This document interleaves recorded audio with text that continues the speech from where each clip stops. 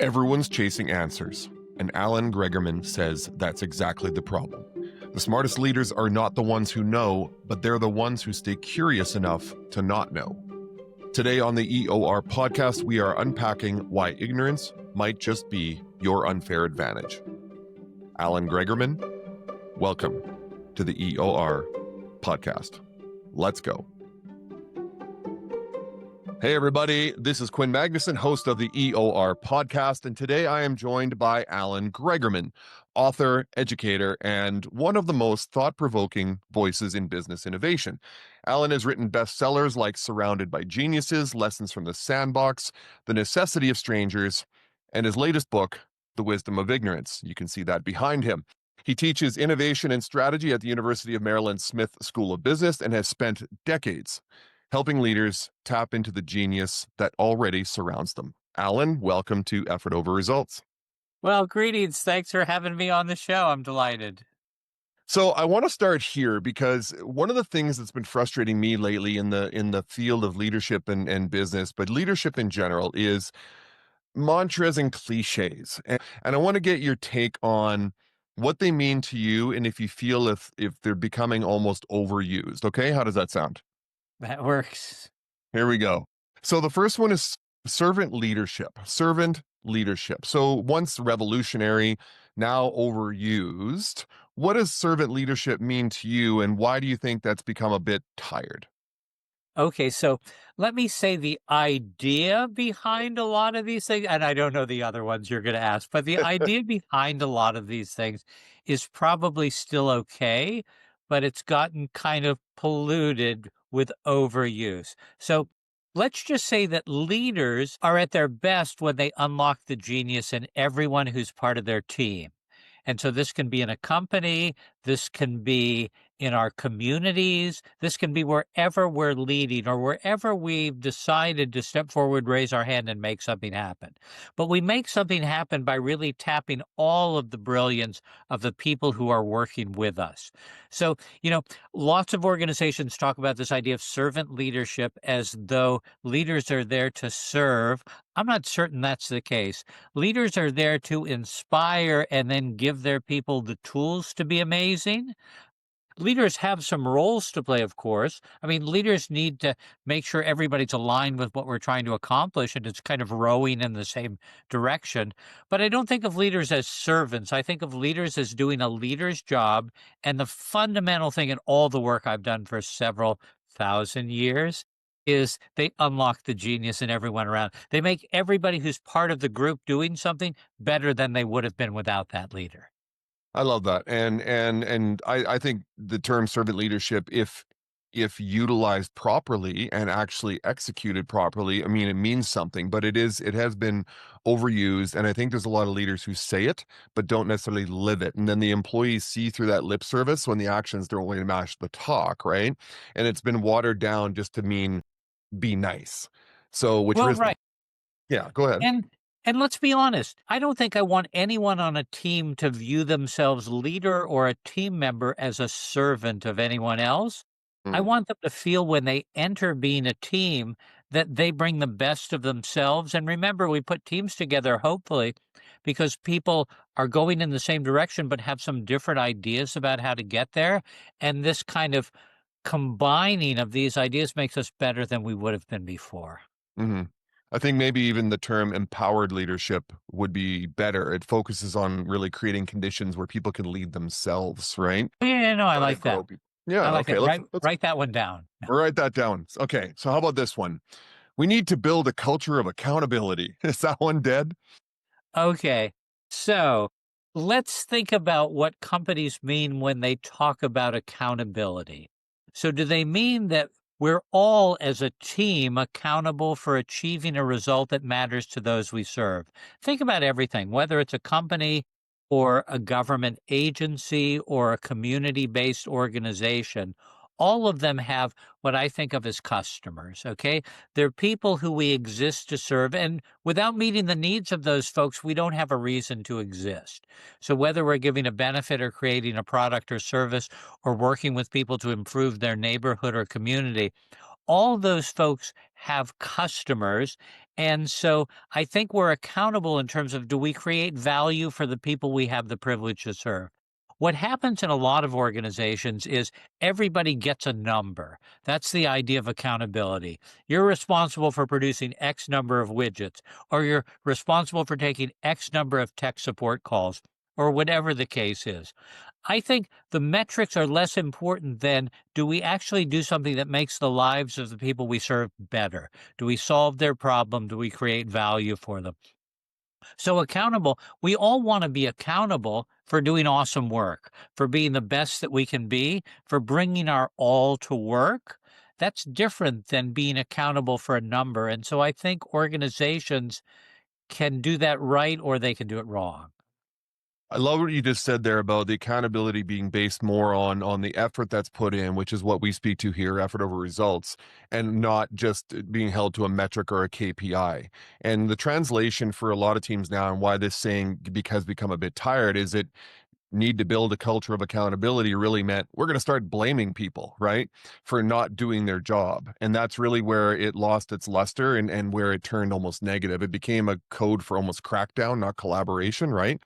So I love what you said there about people need to be held accountable to the effort that they put into something, and being recognized for that effort regardless of the result, because you can coach people after the result. You can coach them through the deliverable, meaning, okay, how can we make this better? How would you do it differently next time? But the accountability really should lie in the effort. So let's build a culture of ownership and trust, might be a better way of saying it. Well, I think that's exactly right, because it gets back to what you were talking about and the difference between, I think, empowering people and looking over their shoulders.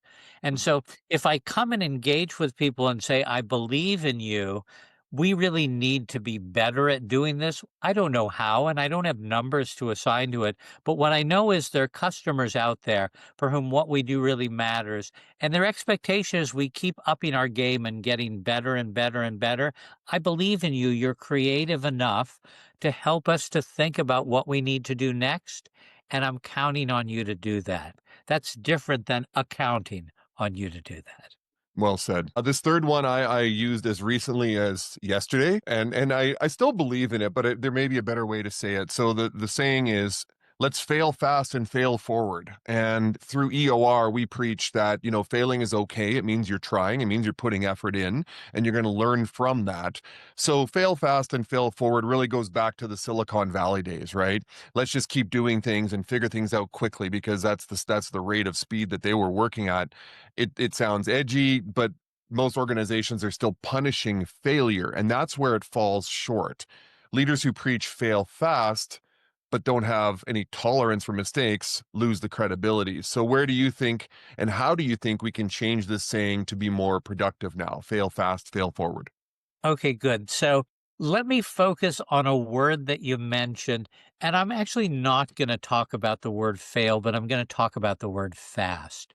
And I want everybody listening to think about the notion that whatever we do, we actually have to do it faster than we've ever done it before. Now, I'm not keen on fail. I'm keen on the word experiment.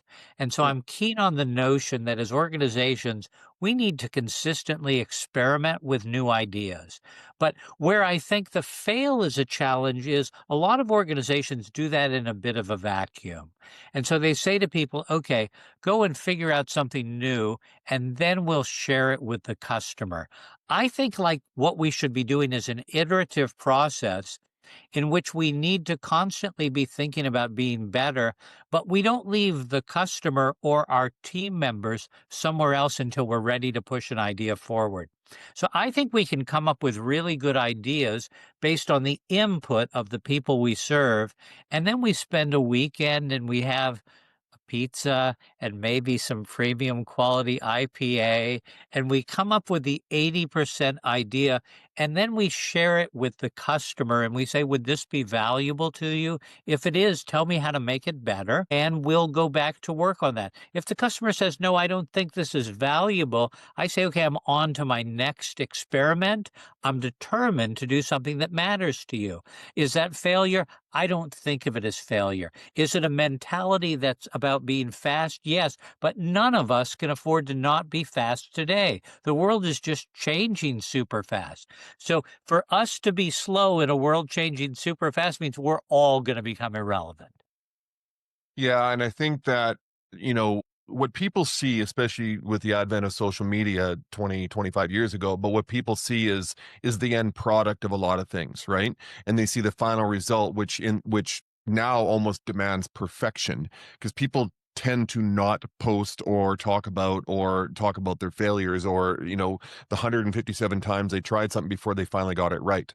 And so I think, learning quickly and adjusting quickly is, a good way of saying it. It kind of shifts the focus from failure to more adaptation, which I think is what you were saying. But you're right. I think we need to allow people to, I think where it falls short, Alan, is we tell leaders to let your people make mistakes. Like it's okay if they make mistakes because that means at least they're trying. But a leader might say, how many times am I supposed to let them make the same mistake though? But I would suggest that then it's on that person's supervisor, leader, manager, whoever it is, after the first couple of failures slash mistakes slash things that didn't go so well to coach them through it. That's why they're there. And that's where the growth mindset comes in and growing people comes in, right?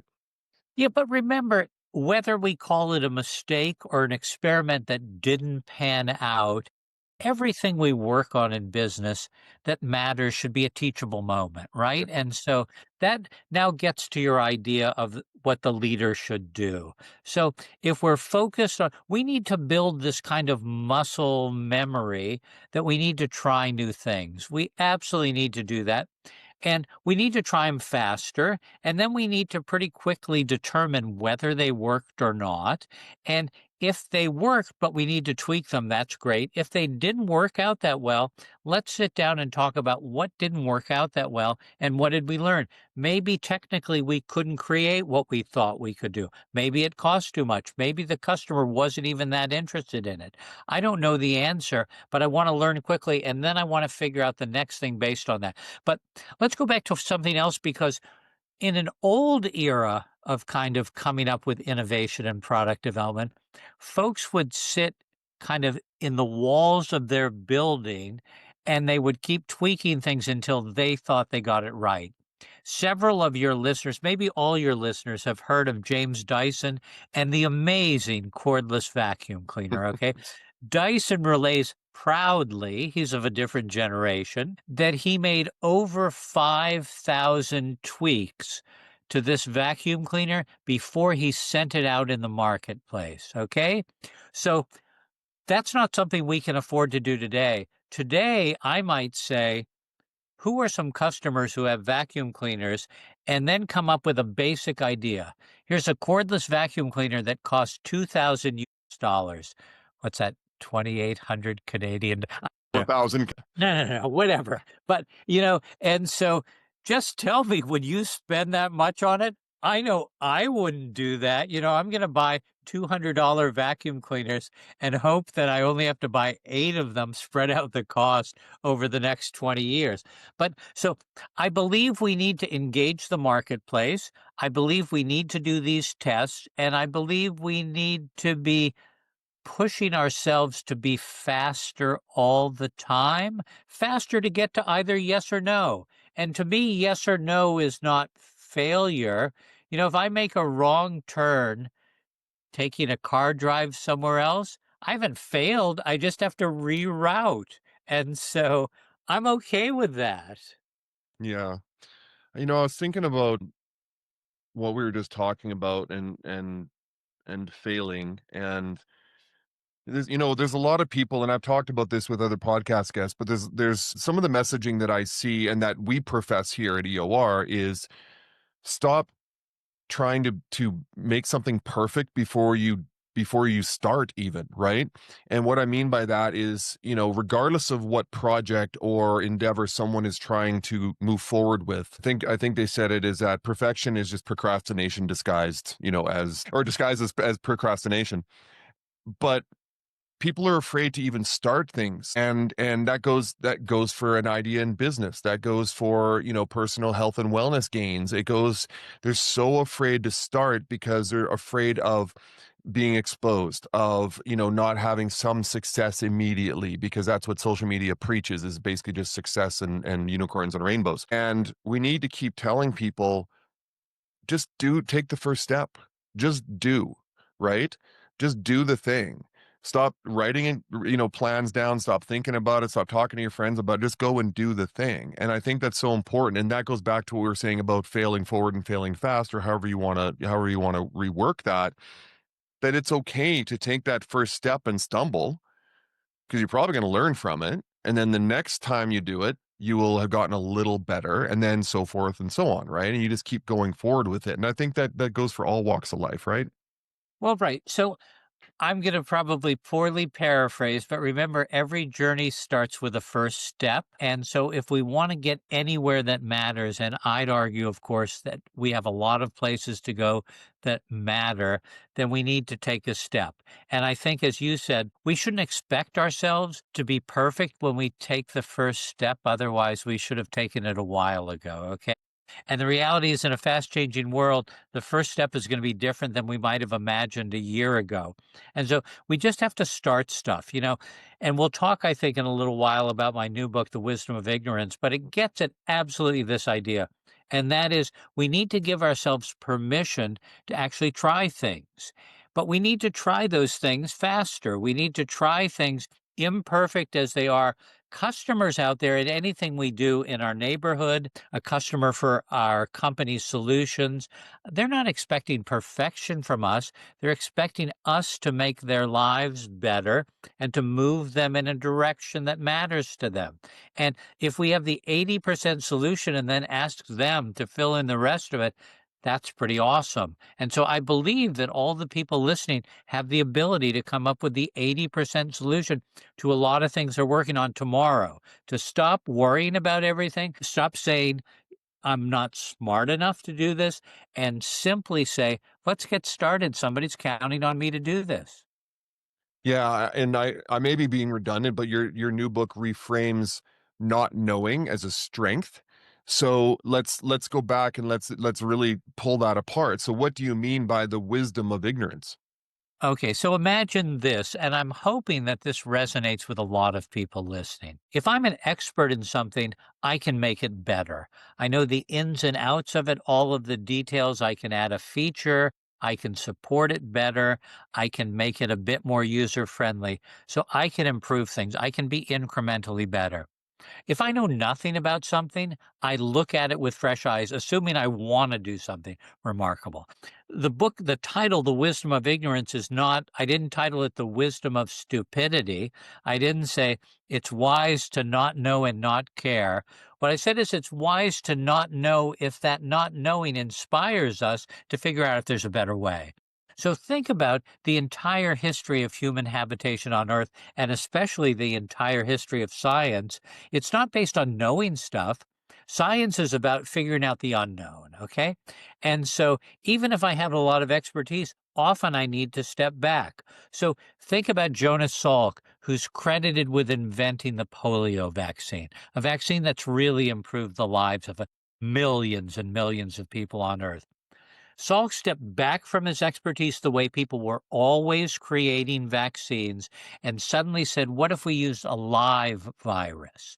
So it wasn't not that we killed a virus, but we used a live virus and we actually put it into people. And all the experts said, that's like an insane idea. Why would you do that?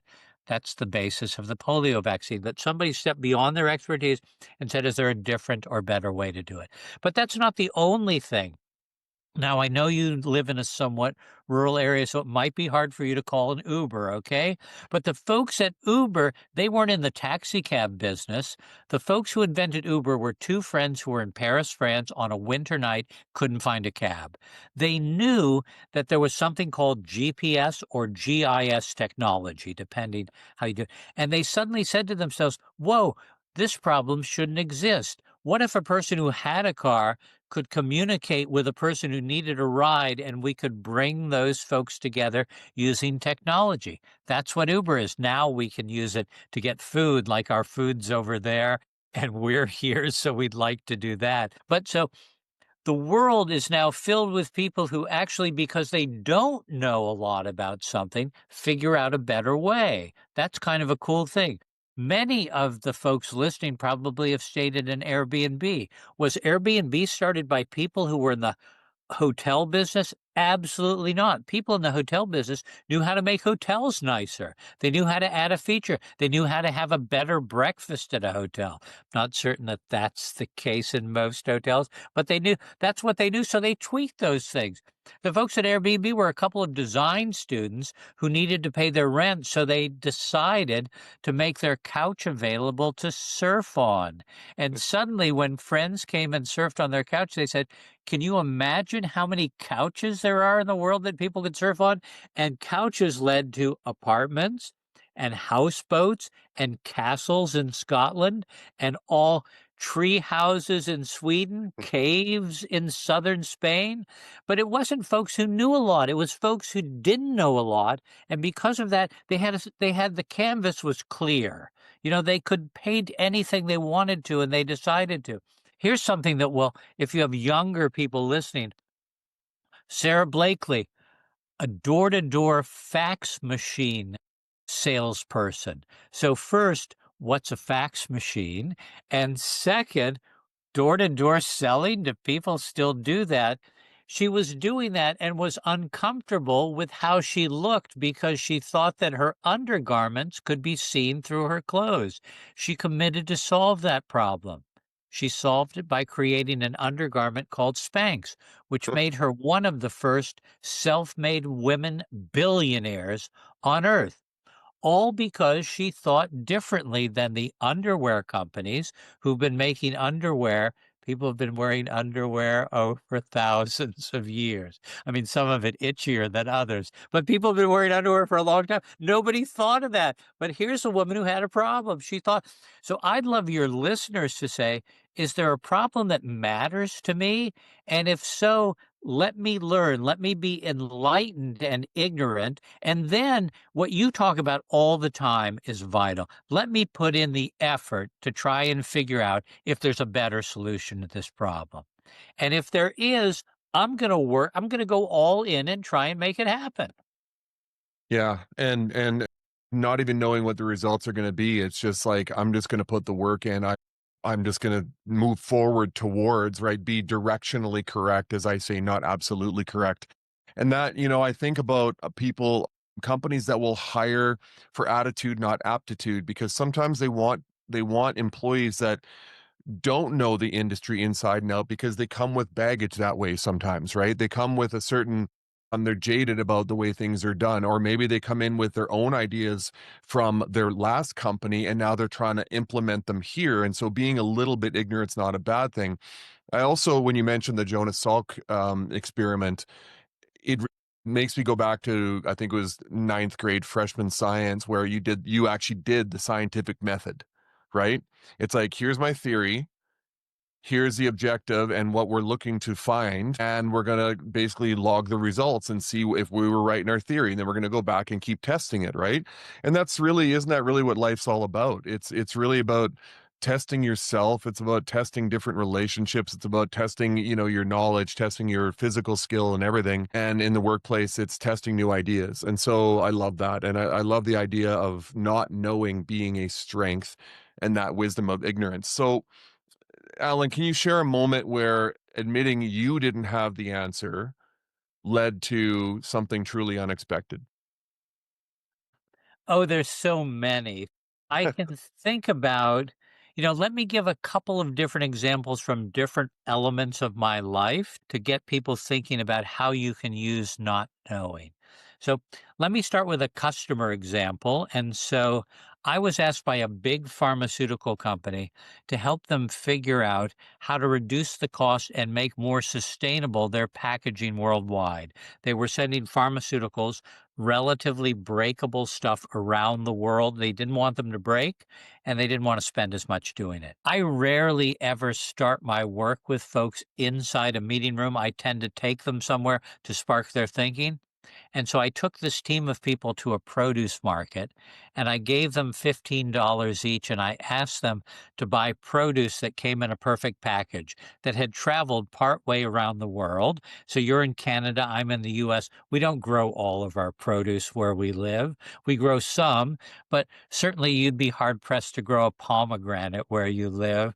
And I'd be hard pressed to grow an orange. So I said, just buy stuff that has to travel a long distance. And we took all these things back to a room and we took them apart and we started to think about what were nature's practices at work and how might we take some of these ideas. Fast forward, the result of then 6 months more work was they saved $155 million a year in packaging their products worldwide and made them more sustainable, more products based on nature.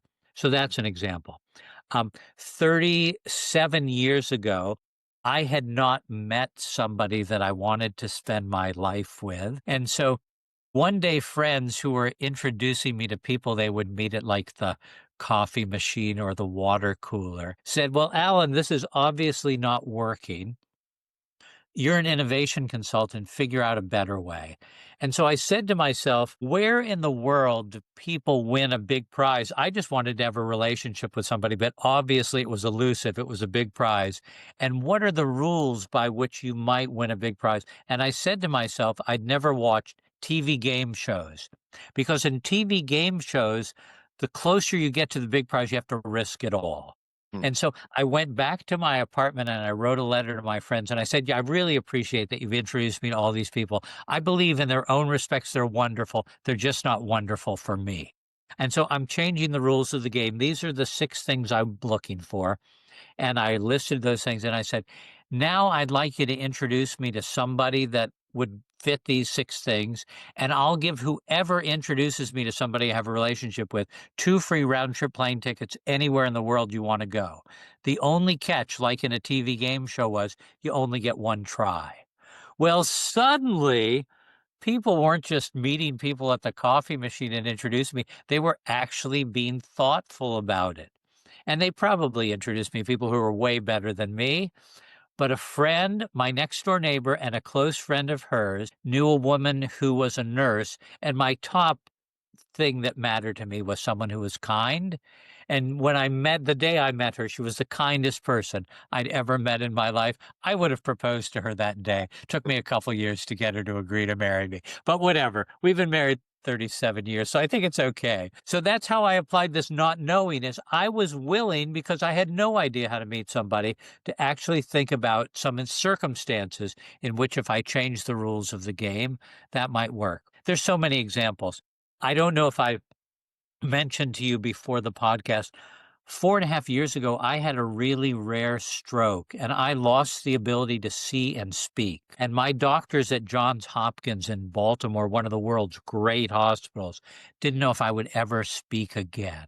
I quickly had to realize the world was an uncertain place and all the stuff I knew, including basic stuff I knew how to do, like see and speak, I could no longer do. I'd have to figure it all out. And it took me 18 months to retrain myself with the help of therapists to be able to make a sound that humans could hear again. And so, to my mind, a lot of times you just get faced with things that are outside your comfort zone. I had no idea if I would speak again. I had no idea how to retrain my brain to make a sound. And so I had to find people who could help me, and then I had to trust in them and do what they said. Mm. Such great examples, Alan. The one about finding your soulmate. I was thinking you basically enlisted your own HR headhunting firm to go out and find you a mate. But I love that you up the ante there. You said you get one crack at it, and if this is the person, then the 2 free tickets. That's awesome, and I'm glad it worked out for you. That turned out very good. It was the best. It was the only and the best contest I've ever held. I Yeah, I mean, I have no need for that contest right now, but in the future, if something happens, maybe I'll do that. Or maybe some of your listeners might say to There you themselves, go. "Well, this would be interesting." Well, I think you like if you just say I'm tired of being single, your friends can go out and pick up any schlub off the the side of the road and say, oh, I think she or he is good for you. But when you start to build the criteria and say, okay, you're getting one crack and now there's actually a prize involved, the fact you turn it into a bit of a game show is awesome. So I love that. You famously wrote that we're surrounded by geniuses. And I know a lot of people would say we're surrounded by idiots, but you've said we're surrounded by geniuses. What did you mean by that? Okay. Let me put it this way, and now I realize you live in a relatively small town, so this might not exactly apply to you, but, I live in Washington, D.C., and I often say that each day I walk by 100 people who know something that could change my life, but I never connect with them. And so when I think about being surrounded by geniuses, I think about the fact that it's presumptuous for me to think that either I know everything I need to know or that the folks who are my close friends or colleagues know everything I need to know. I need to kind of get with the program. As folks will see if they're watching the video of this, I'm not the youngest guy on the planet. And so I've had to learn all these technology skills. I use AI all the time. I wasn't wired to use AI, but I'm figuring it out because that's part of what it takes to remain relevant and compete. But the reality is, I don't know everything. And I know that the world knows a lot of stuff. I just need to go out and find the geniuses who know the stuff I don't know and ask them if they would share some of the insight that they have. So I literally believe that folks are out there and they're in all different walks of life. If we were to take anyone listening here and I said, can I look at your LinkedIn page or your Facebook page if you're on Facebook or Instagram? What I find is most of the people they're connected with are a lot like them. That's fantastic. But, I used to have these t-shirts that said, friends are overrated. And I adore my friends. But what I wanted people to think about was the simple notion my friends are only going to get me so far. If I want to learn and grow and develop new skills and new abilities, I need to connect with a broader group of people who know stuff I don't know, not people who know stuff I know and agree with the stuff that I already know. So I feel like, of course, we're going to run into a person who, and I don't want to use the word idiot, but we're going to run into somebody who's a pain in the neck or is probably not the ideal person. But I think on balance, connecting with other people and engaging with other people, and especially people who are different than us, is really part of what helps us to stay at the top of our game. Whoa, whoa, whoa, whoa, whoa. Sorry, everybody, for interrupting the show. I just came to you to ask a favor. If you enjoy the content we're putting out here on Effort Over Results, the podcast, I would love it if you would hit that subscribe button. It costs you nothing. We're not going to spam you. We do 1 to 2 episodes a week, and we would just love to have more people see and hear the great guests that we're getting on each week here on the show. So that's one request I have. The other request I have is for you to go to our website, effortoverresults.com, poke around, take a look, see if there's anything there that really excites you or gets you energized as a business owner, as a leader. I think you'll find something interesting there. And we have assessments for your team and for you to find out if you are truly leading with an effort over results philosophy. And now, let's get back to the show. What you just said reminded me of, I'm sure you're familiar with Professor Scott Galloway at NYU. He said one of the greatest skills you can develop is the ability to just reach out to total strangers and ask them, their opinion on something, ask them about their expertise on something. He said he will take his class into a social setting, and he said, you need to go speak to someone within the first 15 seconds you walk in the room. He said that immediately makes that event or whatever far more productive and far more enjoyable for you. It's like that friend of yours when you were younger and you'd go to the bar and he would go immediately off to the first cute girl he saw and say hi to her. I always marveled at those friends of mine because I just didn't have that in me. And now I do. Like, I'll reach out to people on LinkedIn who have no idea who I am. And I'll just say, really loved your post on, business leadership and how it works in the classroom, let's say. And I'll just message them just going, well, I mean, if they don't message me back, there's no really love lost there. But more often than not, they've responded. Sometimes I've ended up going for coffee with them or having a virtual call with them. And that's what I love, because I feel every conversation is an opportunity. And I think that's what you were saying. It's like we're surrounded by geniuses, and we're not saying, people with PhDs, but we're saying people that have a different perspective, people that have a different way of seeing things in life, and probably have different friend groups and different, hobbies and interests. And I think that's what's great about having those conversation, and maybe you can help me coach through me through this, is that being as remote as we are in a town of 1,500 people, literally only 1,500 people, that if I don't get out of my house for a couple days because I'm working or whatever, I start to go a bit stir crazy in the sense that I need to talk to somebody. And I think it's very important for people to have that ability to be social even with strangers. Wouldn't you think? Oh, I think it's actually even more important. Yeah. So let's be honest, most people are strangers. So even if you have 1,000 Facebook connections, or even if you have a few thousand LinkedIn connections, many of whom you don't even really know, Yeah. but whatever the case is, you know such a small percentage of the folks there are to know. And I would argue it's not just people who are like apparently experts in their game. I regularly, um, I'm a cashless guy, maybe because my wife's from Sweden and there's no cash in Sweden. So I have just like my phone and Apple Pay and stuff like that. But I say that because when I see a person who's homeless or unhoused, I don't have money to give them, but I say to them, "Can I buy you breakfast or buy you lunch?" under the condition that you let me sit and eat it with you. And so I buy myself lunch, I buy them lunch, and then I sit down with them on the curb or wherever they are, and I talk with them. Because the reality is, with the exception of them getting a few bad breaks, they're not really much different than me, but they know some things that I don't know. You know, they may have had interests or hobbies that I don't know. It could be jazz music or sport or all kinds of things. But I do know that they're remarkably resilient because they figured out how to survive without a home. So, and every company talks about being resilient and every organization talks about being resilient. But why don't we actually sit down with people who truly are resilient? So I believe I could learn something from anyone else on the planet if I took the time to do it. Now, let's go back to what you said, and you're in a relatively small town. I encourage everyone I work with to regularly get out of their office, okay? COVID got a whole generation of folks, and my kids, our kids included, to think it was super cool to work remotely. Okay? To sit at the dining room table or on your bed. We need to get out and talk with other people. We need to have actually real interactions with other people. So I encourage people to go out there and do that.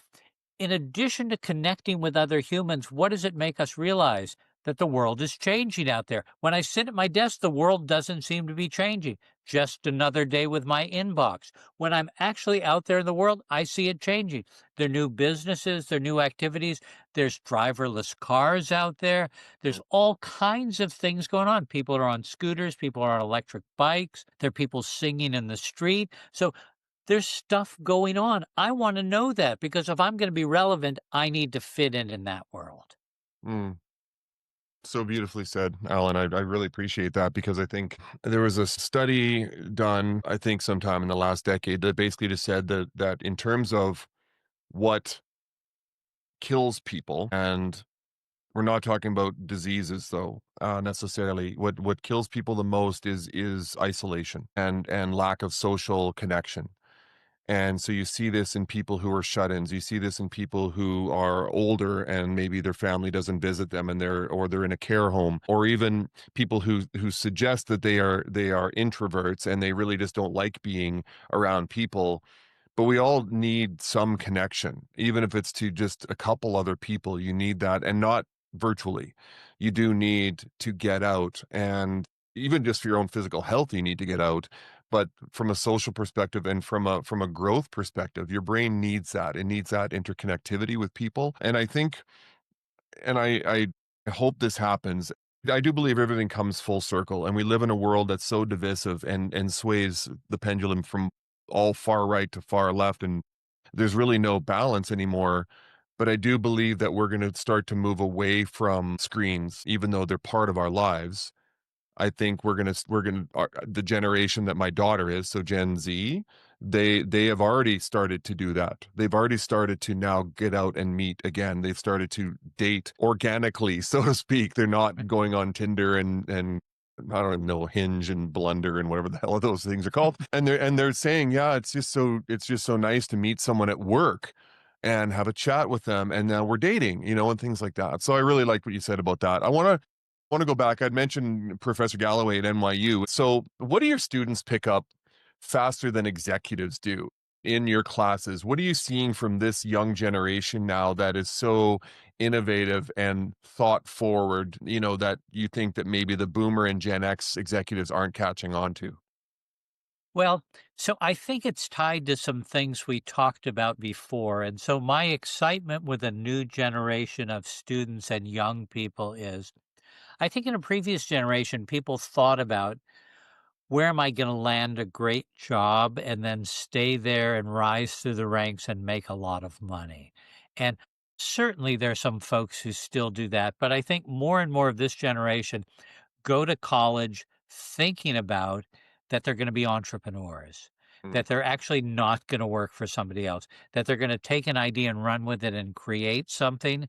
And so to my mind, that's the hope in a way, that it stirs the pot, that there's lots of new energy, that people understand what it takes to start with an idea and work on that idea and carry it through. Not just that I go to a job, they kind of tell me what to do. If I do really well at that, they give me a promotion, then they tell me the next level of stuff to do. So I like the fact that people are taking initiative. Now, that's not everyone, okay? But again, think about, for those people listening who teach or have taught, I like to think about, when we were in college and you mentioned a while ago, a science class you took, but I remember my high school statistics class. And remember they taught us something called the normal distribution that kind of looked like a mountain or the Mm. bell curve. And they said we're going to grade on the bell curve. And this was actually invented by a German scientist named Gauss. It's called the Gaussian curve, and it's from the early 1800s. And I used to think, what a bunch of like hocus pocus. Okay. Yeah.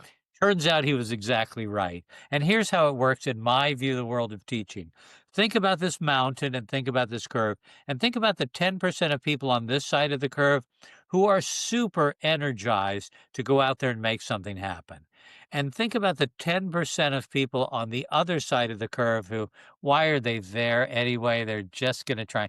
And then think about the unwashed mass in the middle who are either on the downside of the hill or the positive side of the hill. My job as a teacher is to get to as many people as I can to the top of the hill and hopefully get them to slide down in a direction where they make a difference. That's what I'm trying to do. But I'm playing to the 10% of people who I know tomorrow really want to make something happen. And then I'm trying to get more people into that group. Yeah, and maybe it's just because my children are Gen X age, so 23 and 25. My son's currently getting his master's at Cal Poly.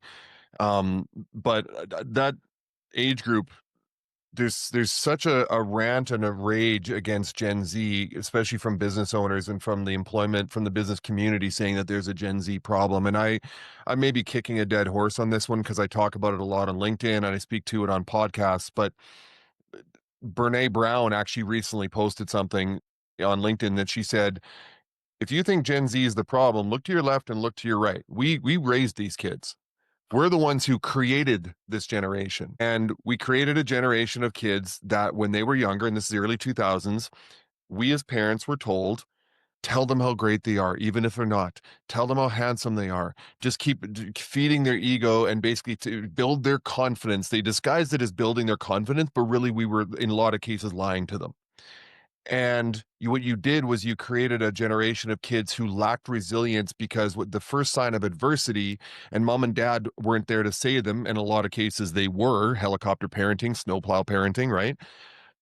You created this generation of kids that just didn't know how to handle adversity. But I push back on that because she also said this is that this is a generation of kids that just want to know why. They're not the I told you so generation. This is Brene Brown's words. They're not the I told you so generation, which was millennials and even Gen X to a certain point. I told you so. This is a generation that when you tell them to do something, they just go, well, okay, why? And it's frustrating as hell for parents and teachers and employers because when we were their age back in the 1900s, We we just didn't didn't. question. We didn't Right. question. We weren't Yeah. allowed Yeah. to. You didn't question authority, you didn't question your teacher, you just listen, you went, okay, I guess that's the way it is. And I love that about Gen Z. Are you seeing that in your classroom? Well, so I guess what I'm seeing for sure, and that's why I think there's a big push to entrepreneurship, is Mm, we either haven't done a good job of conveying the purposes that we're trying to pursue as organizations, or young people just don't buy into what we're trying to do. And so they decide, I got a better idea for doing something. So if you're a leader out there listening to the podcast, I think you really have to look in the mirror. And then I think you have to say about your organization, are we doing something that really should matter to the folks that we'd like to have as employees? And can we not only communicate with them what we're doing, but can we work with them to make clear that they understand why their role is important? Now they have purpose and a sense of meaning.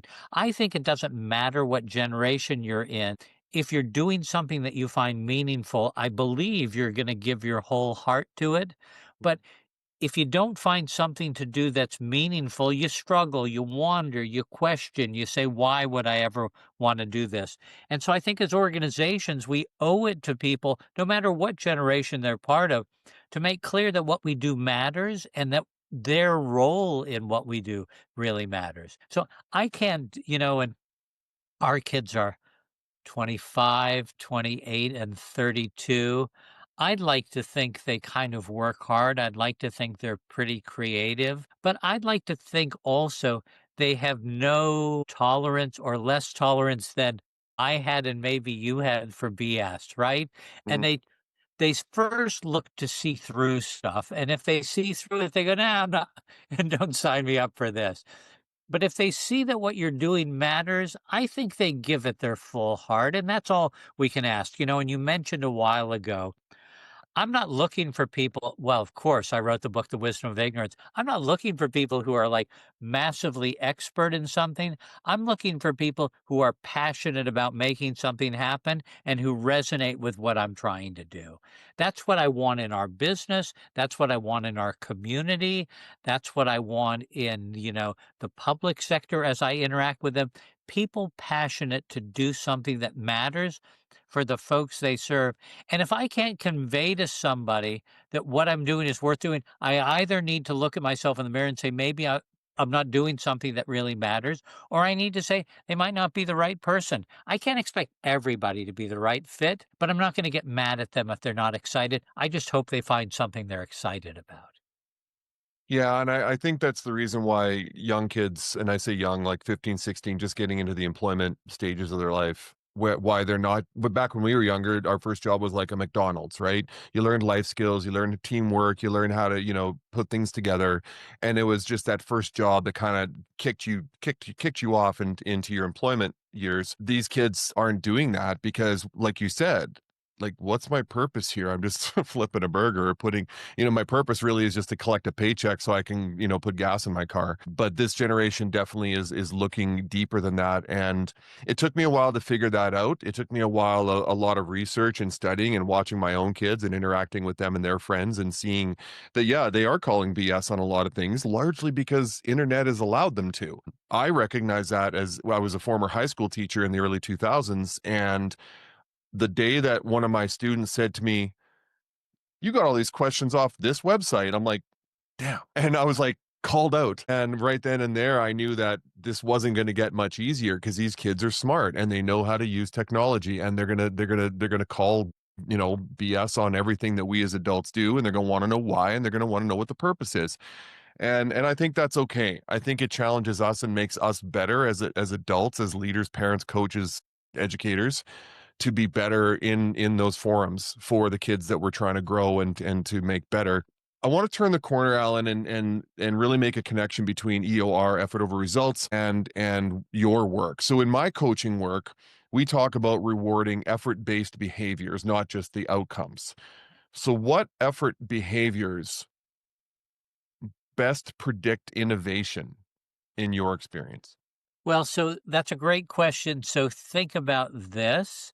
And it's the simple notion that if I have an idea and try and make it happen, I'm way more likely to come up with a second idea and try and make that happen. and I'm way more likely to come up with a third idea and try and make it happen, and I'm way more likely to come up with an idea that actually happens, okay?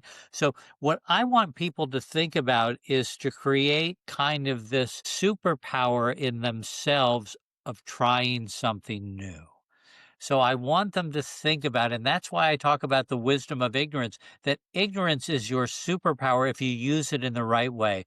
If ignorance challenges you to figure out something remarkable, a breakthrough, then it's super powerful to you. But I want you to try stuff. And, we talked earlier about the idea of fail fast. I want people to experiment fast. I don't want them to think that every idea they try that doesn't work out is a failure, but rather as a stepping stone. I get better and better at coming up with better ideas, and I get better and better at taking those ideas and moving them to launching them.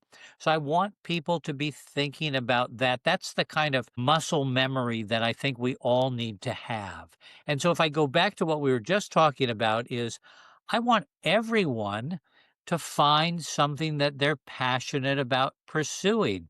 It might not be what I have to offer them, but I believe everybody has within them something that's going to make them want to get up in the morning. And then I want them to figure out how to keep testing and trying new things because eventually they'll do it. So that's what we know about innovation is if I show up at work and I've never had a great idea, the likelihood I'm going to have a great idea tomorrow is really small. If I've shown up at work and I've already had 5 great ideas, but none of them saw the light of day, but each one got me closer to getting into the marketplace, I'm going to come up with another idea. And eventually one of my ideas is going to be awesome. Here, Bay let me be Area clear. rapid So BART transit. is the subway in San Francisco. It's Yeah. called Bay Area Rapid Transit. It's the first computerized subway system in the world. I was a propulsion technician.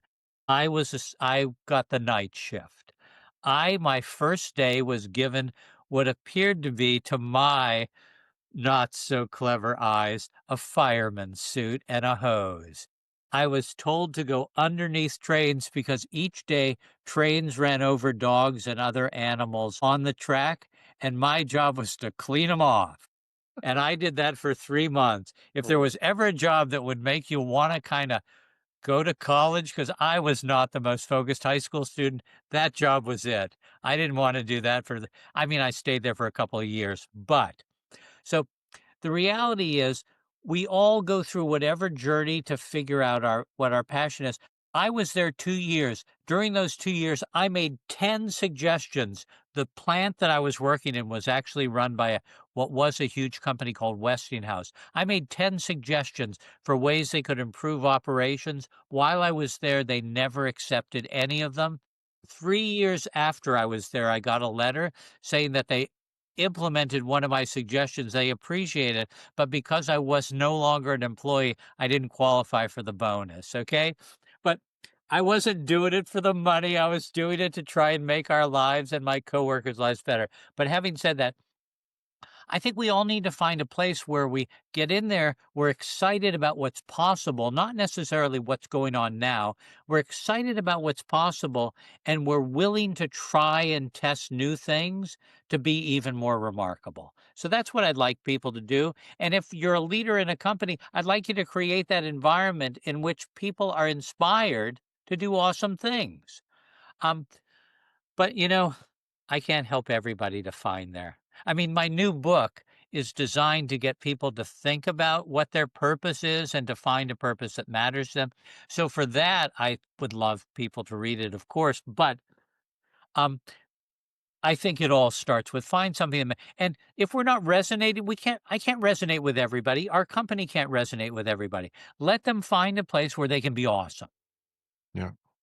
The three pillars of what we do here is psychological safety, growth mindset, and effort recognition. And I know, and studies have been done, and I know that Google's Aristotle project is a prime example of this. Is that they found that their people were far more creative and innovative when they had an environment of psychological safety. And this is something that a lot of founders, CEOs, business owners will roll their eyes at and give it the old, oh, this is that woo-woo kumbaya BS again. And it's like, no, if you want to look at it that way, that's fine. But what psychological safety basically means is people are encouraged to be themselves, encouraged to, like you said, experiment fast, try and however you want to call it, fail forward because they feel like they can and that they're not going to be chastised for it or punished for it. And in companies where innovation is critical, Google's one of them, obviously, but I mean, even Pixar, Patagonia, like I wrote about this in my book, the companies that foster collaboration, creativity, and innovation through a culture of psychological safety and growth mindset, they think the profitability isn't there, but it's even more there because of it. I And can so I love, imagine yeah, go I ahead. can imagine for so many reasons why it would be. I mean, Yeah. what you're talking about just makes so much sense. Look, if I get people who feel comfortable to try new things, first, they're going to try new things. And second, they're likely to stay if they feel it's an environment where they can try new things. So, the economic benefit to me is that we get new things to happen. And it might not be the first thing they try, but eventually they do something that's beneficial to our organization. And the second thing is, I don't have to spend a lot of money to keep hiring people. I build a more collaborative and engaged team that stays longer and does the stuff that really matters. So to my mind, it makes like incredible sense. Yeah. I think your philosophy and what you bring to my listeners today and to your students is incredibly synergistic with effort over results. And this is the reason why I wanted you on the show because I know that there's those synergies there. The messages are subtly different, but the synergies are definitely there. And I think we need to keep you and I and other people like us need to keep preaching this message of letting people do. And like you said, I like that. Experiment fast and experiment forward and try different things and try a bunch of different things. And kids go out and have try a bunch of different jobs. Like find out and I know sorry, business owners are gonna hate me for saying that, but that's how you find out. That's how this world was created. It was created through innovation, through ideas, through people who didn't know, who were ignorant and went, well, could we try it this way? Right. And I love that. And I love that. And so I want to thank you, Alan, for being here today. I think the conversation has been incredible. Let's do a lightning round. One book that really has not your own, but really has influenced you in the past, let's say decade even. Okay, so I'll share two books because they're very different depending what people like to read. I still love this book by Clayton Christensen called The Innovator's Dilemma. He was the first person like 30 years ago to write about the fact that no matter how creative and innovative we are, we're all running the risk of being disrupted as the world moves faster. And so I just want people to think about that. That's the motivation for being faster and for trying things. If we don't, somebody's going to disrupt us. So that's the first. But my favorite book of all time, I have to admit, is a book by Norman Juster, and it's a book called The Phantom Toll Booth. And it's kind of a kid's book. It's kind of for like late elementary school or middle school. But it's a book about a guy who's stuck, Milo, and Milo just nothing excites him. And so it's this great fantasy in which suddenly he's exposed to all these remarkable things. He drives a car through a toll booth, and suddenly the world changes. And as he has these remarkable experiences, suddenly he realizes there's remarkable stuff in the world. And so it gets to what you were just saying is try things, find a place where you really feel you can bring your best self. And so that's why I love that book. So The Phantom Toll Booth, it must be like in its 60th anniversary. Yeah, Love that. I'm an author. I like to read, so I like books. Yeah. So, Okay. okay. Excellent. Complete this sentence. Curiosity at work feels like blank. It feels like second nature, and it feels like what we all as humans were meant to do. As kids, we were curious, but somewhere between childhood and the world of adult life, we lost the knack for being curious. And I believe it's the energy and lifeblood for all of us to do remarkable things. Yeah. Be curious, not judgmental, right? It's I've used that quite a few times, and it's not Ted Lasso. It's actually Walt Whitman, but it was on the show. And that's something that I've really taken to heart just late in life. And when I say late in life, the last couple 3 years, it's especially post COVID, right?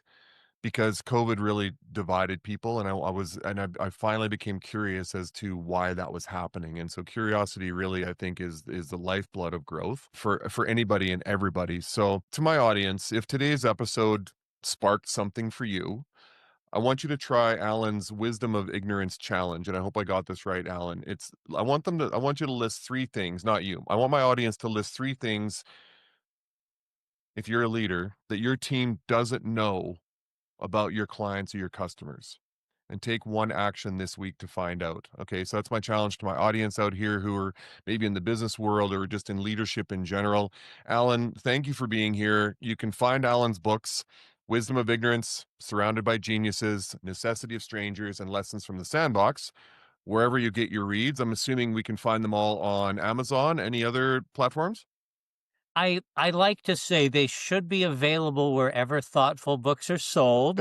If you want it quickly, I have to be honest, Amazon is probably the fastest way. My new book, The Wisdom of Ignorance, will be available by the time I think this podcast launches. It's coming out pretty quickly, but Yeah. it'll be available as a hardcover and ebook and as an audiobook that I've read. So if after this show they'd like to spend 6.5 more hours with me walking through the neighborhood or driving somewhere, please feel free. I'd love people to reach out and connect with me. Don't just follow me, connect with me on LinkedIn. I'd love to find out what you're up to, and I'd be glad to share any ideas I have. This was an incredible conversation. I loved talking about curiosity, effort, leadership. So thank you very much, Alan Gregerman, for joining us today on the EOR podcast. Thanks.